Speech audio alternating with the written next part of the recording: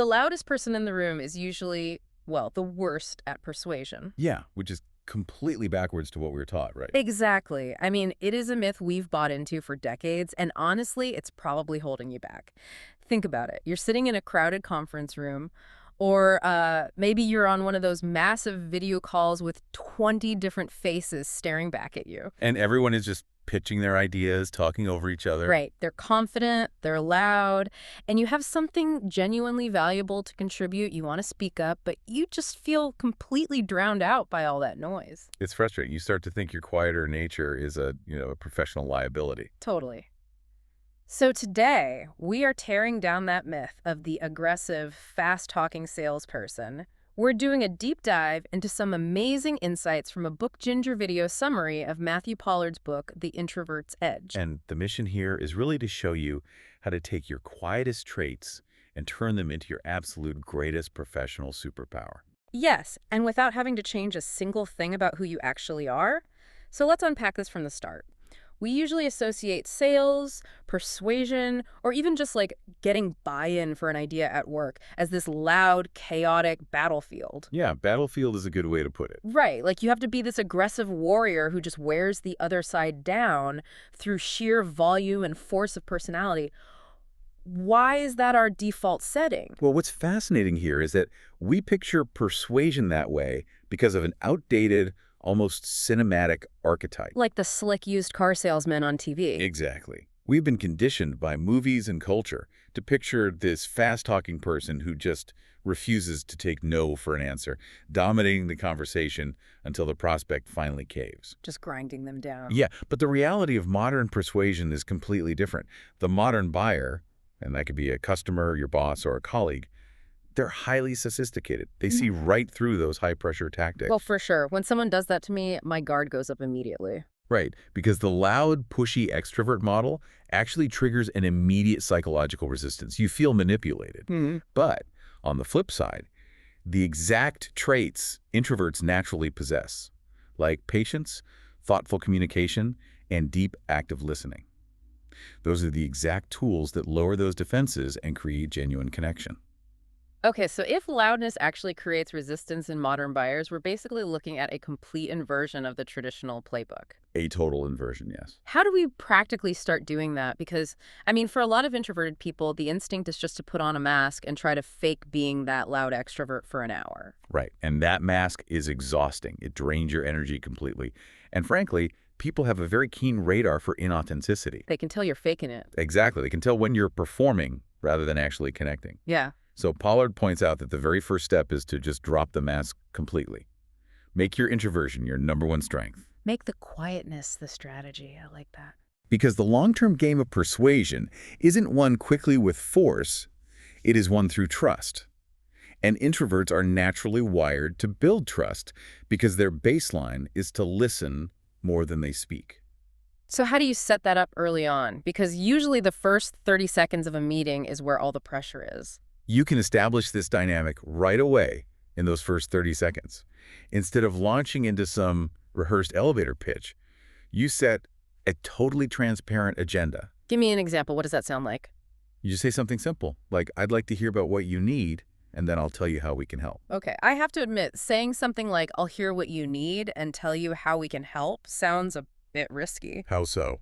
Well, if I'm just sitting back listening, aren't I kind of losing control of the meeting? The person across the table is expecting me to pitch them. Doesn't that make me look, I don't know, unprepared? If we connect this to the bigger picture, it only feels risky if you view persuasion as a monologue. Okay.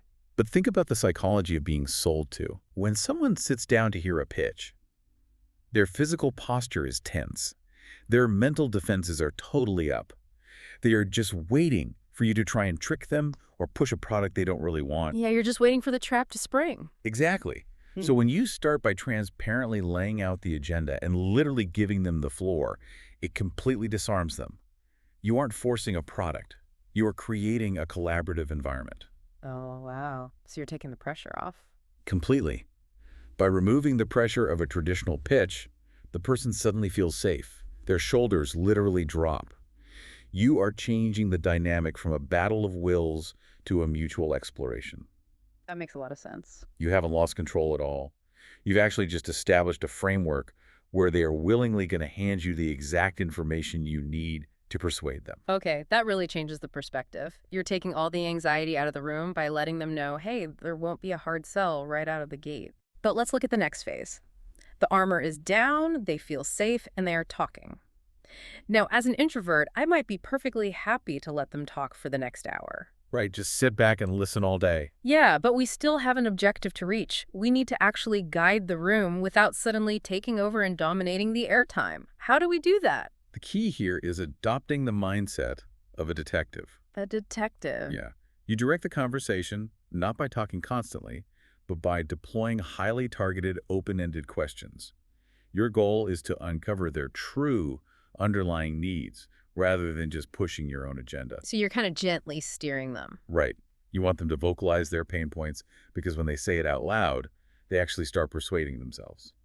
Think about how this applies to something complex, like consulting. There's a story in the summary about an introverted consultant named John. Yes, John's story is a perfect example of this. Right, so he really struggled with selling his services initially. He was probably, sweating through his suit, trying to remember all the bullet points of his service packages, and his clients just weren't biting. Because he was trying to be that extroverted pitch man. Exactly.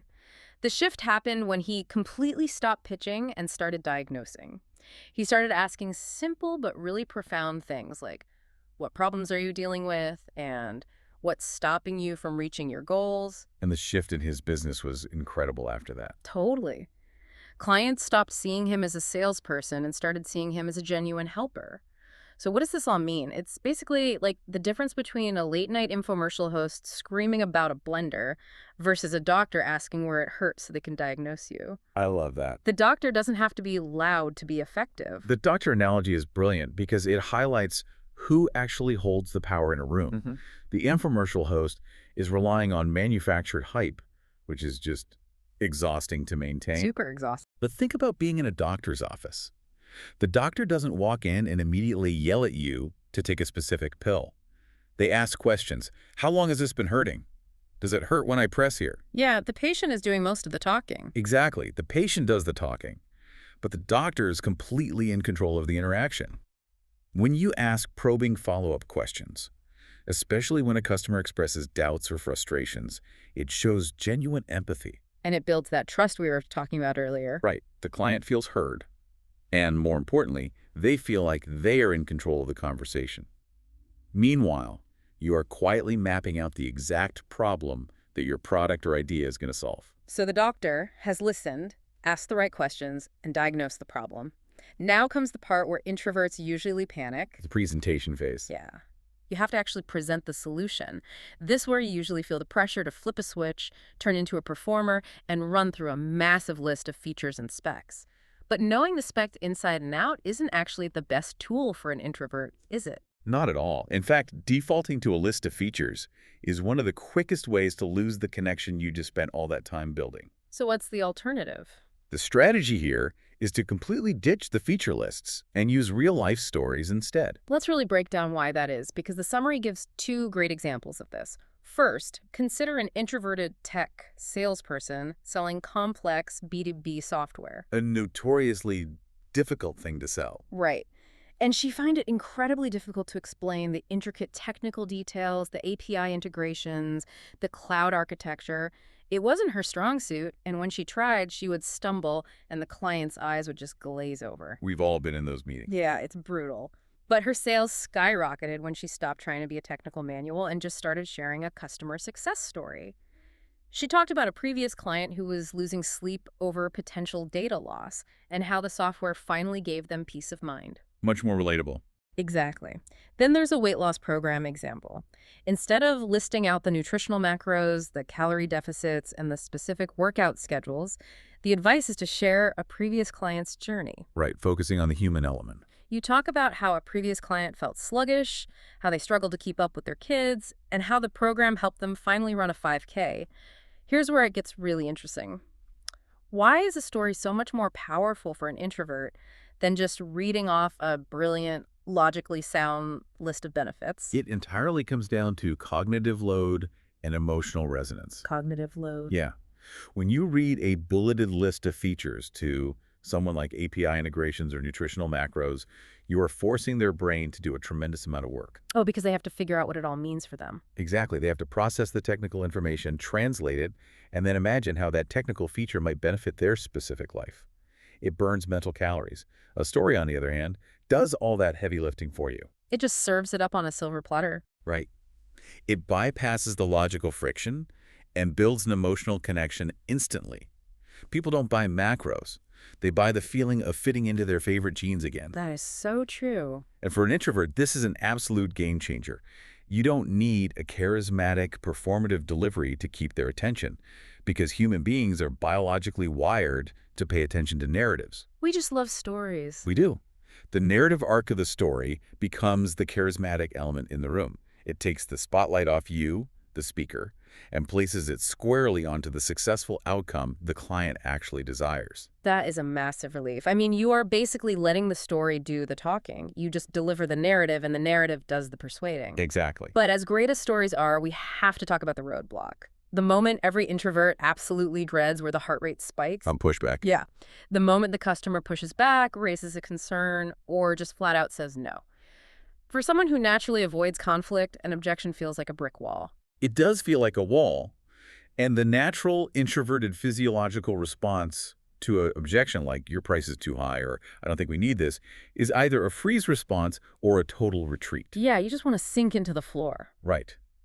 We view it as a personal rejection or an invitation to argue. But the framework asks us to fundamentally reframe what an objection is. Objections aren't rejections. What are they then? They are simply requests for more information disguised as a roadblock. They are opportunities for a deeper conversation. Let's look at the classic budget pushback. A client says, look, I love this, but I don't think it fits my budget right now. The old panic-inducing reaction is to either immediately drop your price, get defensive about your value, or just apologize and pack up your bags. Which is what a lot of people do. Right. But the introverted approach is to absorb that pushback and calmly reply, I completely understand budget is important. Can you tell me more about your current priorities so we can figure out a solution that actually works for you? Let's dive into the neuroscience of why that specific response is so incredibly powerful. When someone raises an objection, their fight or flight system is slightly activated. They are bracing for you to argue with them. They're expecting a fight. Exactly. By saying, I understand budget is important, you are providing instant validation. Validation diffuses the amygdala response. You are telling their brain, I am not a threat, I am actually listening. You move from sitting across the table as an adversary to sitting on the same side of the table as a partner. Beautifully said. Yes. Then, you use that detective skill again. You ask an open-ended question about their priorities. You are turning a point of conflict into a collaborative, problem-solving exercise. It diffuses the tension instantly because you aren't fighting their reality. You are just exploring it with them. Exactly. And that leads right into how you actually check if they are ready to move forward without suddenly turning into that aggressive closer. The framework calls it the trial close. Yes, the trial close is vital. It's a way of checking the temperature of the room without forcing a definitive decision. Like when a worker at a clothing store asks, would you like to try this on? They aren't asking you to buy it yet. Or in a meeting, asking, how do you feel about what we've discussed so far? The trial close is essentially a low-stakes micro-commitment. When you ask for a massive decision all at once, you trigger buyer's remorse before they've even bought anything. Oh, yeah. That pressure is the worst. By asking low-stakes questions, you gauge their readiness and allow them to agree in small, comfortable increments.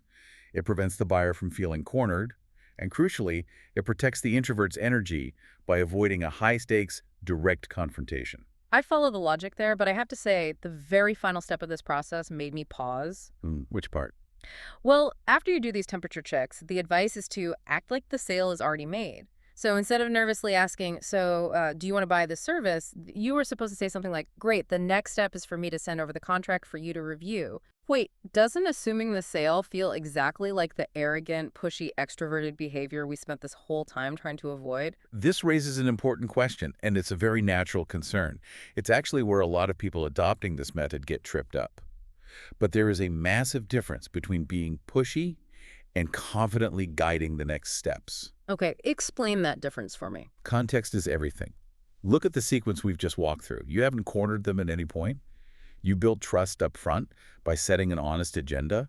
You asked deep diagnostic questions like a doctor. Right? You shared relatable stories instead of blasting them with specs. And you calmly, empathetically handled their objections. By the time you reach this final moment, the heavy lifting of persuasion is completely done. So you aren't springing a trap on them at the last second. Exactly. You and the client have already mutually agreed, through the trial closes and the diagnosis, that your solution fixes their problem. Yeah, I see. If you suddenly get nervous, hesitant, and weird at the very end, it actually makes the client nervous.